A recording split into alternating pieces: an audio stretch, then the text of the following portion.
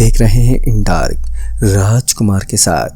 तो चलिए बढ़ते हैं आज की कहानी की ओर। दोस्तों, ये तब की बात है जब मैं अपने घर की छत पर बैठा बैठा इंस्टाग्राम पर कुछ पोस्ट देख रहा था और इतने में ही मेरे नीचे से एक आवाज़ आई, अरे आदिल भाई जल्दी नीचे आ जा। और जैसे मैं सीढ़ी से होता हुआ नीचे गया तो मेरा दोस्त मलिक मेरा ही इंतज़ार कर रहा था। उसने कहा, यार किसी तरह मैं अपने पापा को मना कर आया हूँ, चलना पार्टी करने चलते हैं। हमारा सुबह से ही प्रोग्राम था कि हम शाम को दोनों पार्टी एंजॉय करेंगे, लेकिन वो प्लान अचानक कैंसिल हो गया। अब जब किसी तरह मलिक अपने पापा से पूछकर यहाँ तक पहुँच ही गया था तो मुझे भी उसके साथ जाने में कोई एतराज़ नहीं था। फिर मैंने अपनी गर्लफ्रेंड को बताया तो उसने भी जाने से इनकार नहीं किया और यहीं से हमारा एक नया प्लान बन गया। मैं उनको एक अजीब सरप्राइज़ देने के लिए किसी ऐसी पार्टी में लेकर जाना चाहता था जहाँ सब कुछ अनोखा हो, और फिर मैंने ऐसा ही किया। अपनी ज़िंदगी को दांव पर लगाने के लिए मैं उन सभी को चाहता नामक एक होटल में लेकर गया। उस होटल के अंदर लोगों की संख्या इतनी कम थी, मानो ऐसा लग रहा था कि यह होटल कम और सन्नाटा घाट ज़्यादा लग रहा हो, या फिर यूँ कहे कि उसके अंदर जितना सन्नाटा पसर हुआ था शायद ही मैंने किसी और पार्टी में इतना सन्नाटा देखा होगा। लेकिन जैसे ही वहाँ की रोशनी जली तो हम सभी हैरान रह गए। दरअसल वहाँ लोगों की भीड़ लगी हुई थी और उसके बाद शुरू हुई एक शानदार और आलीशान पार्टी। तकरीबन 1.5 घंटे तक हम लोग उस पार्टी को एंजॉय करते रहे। आज के आज हमारा घर जाने का कोई फैसला नहीं था और हम पास ही में मौजूद एक होटल में रुकने वाले थे, जिस वजह से देर रात तक पार्टी करने से हमें कोई एतराज़ नहीं था। पार्टी चलती रही और करीब 1 बजे के आसपास जाकर पार्टी के अंदर थोड़ी बहुत कमी सी देखने को मिली। अब तक लोगों की भीड़ लगातार कम होने लगी थी और उसके बाद हम लोगों ने भी वहाँ से चलना सही समझा। हम सभी यानी मैं और मेरा दोस्त और मेरी गर्लफ्रेंड, हम तीनों गाड़ी में बैठ गए और वहाँ से जायका होटल के पास पहुँचे।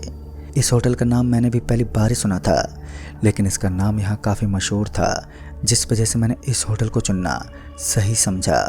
जब हम होटल के अंदर पहुँचे तो पहले से होटल के अंदर काफ़ी सारे रूम पहले से बुक हो गए थे। मेरे शरीर पर लगाया गया परफ्यूम बुरी तरह से सुगंध मार रहा था। महंगा होने के कारण उसकी सुगंध जाना भी बहुत ही मुश्किल था, मगर इस वक्त मैंने किसी तरह उस होटल में एक रूम लिया, लेकिन तीनों का एक रूम में सेटल होना भी सही नहीं था, जिस वजह से मैं एक और रूम की तमन्ना कर रहा था। लेकिन वहाँ के मैनेजर का कहना था कि सारे रूम बुक हो चुके हैं, और इसी बात को लेकर मेरे उस मैनेजर से बहस छिड़ गई, जिस वजह से मैंने तुरंत उसकी बात को सीरियस ले लिया। गुस्सा आने की वजह से मैं और मेरी गर्लफ्रेंड और मेरा दोस्त मलिक, हम तीनों ही निकल गए। हम तीनों का माथा सनक चुका था क्योंकि उस मैनेजर ने हमें बहुत ही बुरी तरह से छेड़ दिया था। जहां वो बार बार हमें चेतावनी देते बोल रहा था कि आगे तुम्हें कोई होटल नहीं मिलेगा, लेकिन गुजरते वक्त उसने चेतावनी देते बताया था, जितना हो सके अपनी गाड़ी और अपना ख्याल रखना। यही तो पॉइंट था जिन बातों को मैं समझ नहीं पाया। बार बार मैं अपने दिमाग पर जोर डालता रहा, लेकिन उसकी कोई भी बात मेरे दिमाग में समझ में नहीं आ रही थी। मेरा गुस्सा 7वें आसमान पर था। गाड़ी को एकदम फुल स्पीड में दौड़ाता हुआ मैं आगे की तरफ बढ़ने लगा। अंधेरे की उस चादर के सामने का नज़ारा इतनी आसानी से तो नहीं दिख रहा था, लेकिन बावजूद इसके भी मेरे अंदर मौजूद गर्माहट ने मुझे गाड़ी को इतना तेज़ भगाने पर मजबूर कर दिया था कि काफ़ी देर तक मेरी गाड़ी अंधेरे को चीरती हुई भागने लगी। सारी प्रक्रिया पूरी तरीके से ख़त्म होने के बाद हमने एक दूसरे होटल को चुन लिया। उसके अंदर हमने 2 कमरे बुक करवाए थे। वो होटल पूरी की पूरी खाली दिखाई दे रही थी। ये सब मेरे दोस्त ने ऑनलाइन कर लिया था, जिस वजह से ज़्यादा दिक्कत का सामना नहीं करना पड़ा। और उसके बाद जब हम लोग उस होटल के अंदर दाखिल हुए तो सच में हमने देखा कि होटल के अंदर काफ़ी सन्नाटा था, लेकिन जिन कमरों को हमें दिया गया था हमें उनका नंबर बता दिया। कमरों की खामोशी बता रहे थे कि वास्तव में ही यहाँ पर कोई नहीं रहता। बहुत ही कम लोग थे जो उस होटल के अंदर रुके हुए थे। खैर, इस बात को नज़रअंदाज करते हुए मैं रूम नंबर 29 में दाखिल हुआ। रात के करीब 2 बजने को आए थे और हम सभी अभी भी जगे हुए थे। मेरे दोस्त ने बताया कि हमारी गाड़ी के पास कोई खड़ा हुआ नज़र आ रहा है, और जब मैंने खिड़की से देखा तो सच में वहाँ पर कोई खड़ा हुआ नज़र आ रहा था। और इससे पहले कि मैं उसे सही से देख पाता कि हमारे कमरे की लाइट फ्लिप करने लगी और फिर मैं एक ज़ोरदार झटके के साथ नीचे गिर गया। बिस्तर पर लगे इस ज़ोरदार झटके को मैं समझ ही नहीं पाया। शायद बिस्तर के अंदर कुछ ऐसा था जिसे समझने से पहले मुझे खुद को ही संभालना था। और फिर मैं उठा तो मेरी गर्लफ्रेंड खुद बिस्तर के पास गिरी हुई थी। उसकी इन हरकतों पर हंसते हुए मैं लोटपोट होने लगा। इस वक्त तो मैं अपने साथ हुए हादसे को पूरी तरह भूल ही गया था। मेरी हंसी थमने का नाम ही नहीं ले रही थी। उसका चेहरा एकदम भरा हुआ था और बाल बिखरे हुए चेहरे पर एक अजीब सा डर और शरीर से होने वाली उसकी अजीब और हरकतें, ये सब बहुत ही ज़्यादा खौफनाक लग रही थी। और उसके बाद जब मैं उठा तो मेरे दोस्त के चिल्लाने की आवाज़ आई। लिहाजा मैं अपने उस अजीब रूम से निकलकर बाहर गया तो मैंने देखा कि रूम के बाहर मलिक किसी की बाहों में लिपटा हुआ था और उसकी इस हरकत को देखकर मैं बड़ा ही हैरान था। तभी मैंने मलिक को आवाज़ देते कहा, अरे मलिक, तुम यहाँ पर क्या कर रहे हो? लेकिन उसकी ओर से कोई जवाब ही नहीं आया। धीरे धीरे मैं उसके करीब जाने लगा और जैसे ही मैंने उसको हाथ लगाया तो पूरी की पूरी बिजली फ्लिप करने लगी। लाइट को इस तरह ऑन ऑफ होता देख मुझे कुछ समझ नहीं आ रहा था। लगातार ऐसा ही चलता रहा और अब तक मेरी आंखें झपकने लगी, जिस वजह से मैं कुछ भी देख नहीं पाया। फिर सिर्फ 2 मिनट के लिए लाइट ऑटोमेटिक ऑफ हो गई और उसके बाद जब फिर से लाइट ऑन हुई तो मलिक मेरे सामने पड़ा था। उसकी बॉडी के अंदर से गर्माहट निकल रही थी और तभी मलिक ने कांपती हुई आवाज़ में कहा, हमारी गाड़ी के पास कोई है जो हमें बहुत ज़्यादा परेशान कर रहा है और अगर ऐसा ही चलता रहा तो आज हम में से कोई ज़िंदा नहीं बचेगा। मैंने मलिक की बातों को ज़्यादा सीरियसली नहीं लिया क्योंकि मुझे लग रहा था कि उसने नशा कर लिया है और जिस वजह से वो उसके दिमाग में चढ़ गई है। लेकिन कुछ देर पहले उसकी बाहों में कौन था, मैं उससे यही पूछना चाहता था।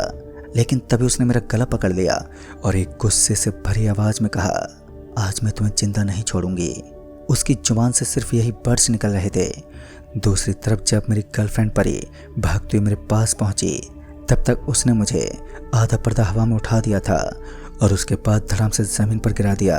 मेरे हाथ में एक मोच आ गई, लेकिन मैं किसी तरह अपने आप को संभालता हुआ लड़खड़ाते हुए खड़ा हो गया और अब तक मुझे यकीनन पता ही चल गया था कि मलिक के साथ कुछ गलत हुआ है। जहां मलिक का चेहरा उतरा हुआ था, जिसे ये साफ पता लग रहा था कि उसके बदन में कुछ तो घुट रहा है जो बाहर नहीं निकल रहा। फिर मलिक एकदम बेहोश होकर वहीं नीचे गिर पड़ा।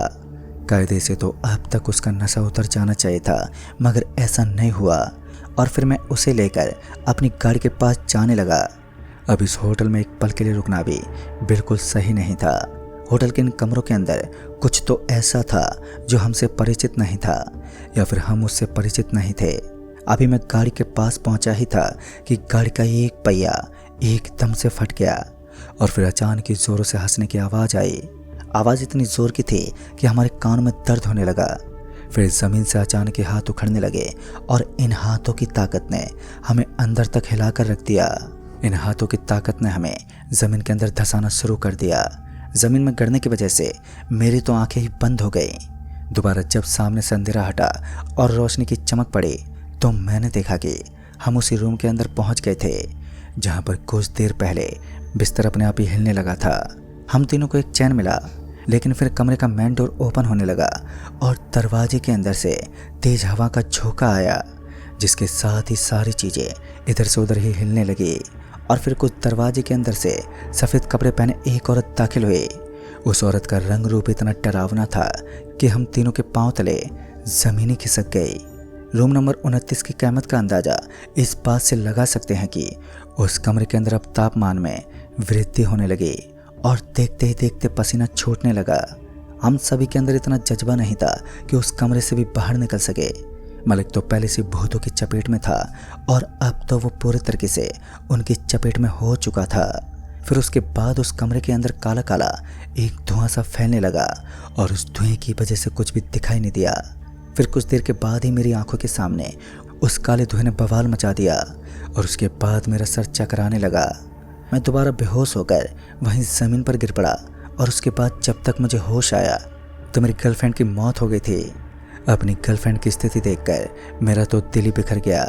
तभी मैं ज़ोर ज़ोर से रोने लगा और इसी बीच किसी ने मेरा हाथ पकड़ा तो मैंने देखा कि सफ़ेद साड़ी पहने एक औरत थी और उस औरत को देखते ही मेरा सारा गुस्सा उसके ऊपर बरस पड़ा।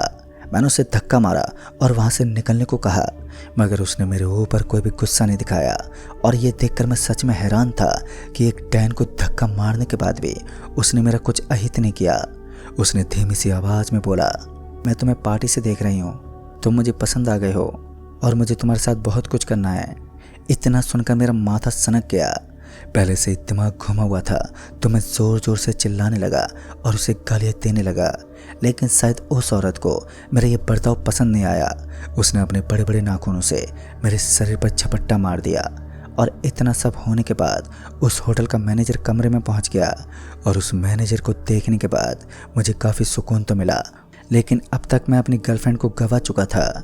जब मैंने अपनी गर्लफ्रेंड की तरफ देखा तो वो राख में बदल गई और उसके बाद उस मैनेजर के पीछे पीछे मेरी गर्लफ्रेंड और मेरे दोस्त पहुंच गए। उन्हें सही सलामत देखकर मुझे तो बड़ी प्रशंसा हुई। मेरी खुशी का कोई ठिकाना नहीं था। लेकिन आज भी एक दबा हुआ राज है जो मेरा दोस्त और मेरी गर्लफ्रेंड, जो अब मेरी पत्नी बन चुकी है, मुझे इस बारे में नहीं बताना चाहते। इस राज को एक गहरा रहस्य बना दिया। लेकिन बाद में मुझे पता चला कि वो औरत उस पार्टी के बाहर एक सड़क पर घूमती है। उसकी आत्मा वहीं पर घूमा करती है। कहते हैं वो किसी भी खूबसूरत लड़के पर फिदा हो जाती है। और मुझे रूम नंबर 29 के बारे में एक गहरा राज बताया जो उस महिला से जुड़ा हुआ था। और उस राज से मेरे शरीर में कपकपी सी छूट गई। और वो राज कौन सा था और उसका डरावना असर किसके ऊपर पड़ता है, ये मैं आपको नहीं बताऊंगा। पर जो भी मेरे साथ घटा वो बहुत ही दर्दनाक और खौफनाक था। तो दोस्तों, इस कहानी में बस इतना ही।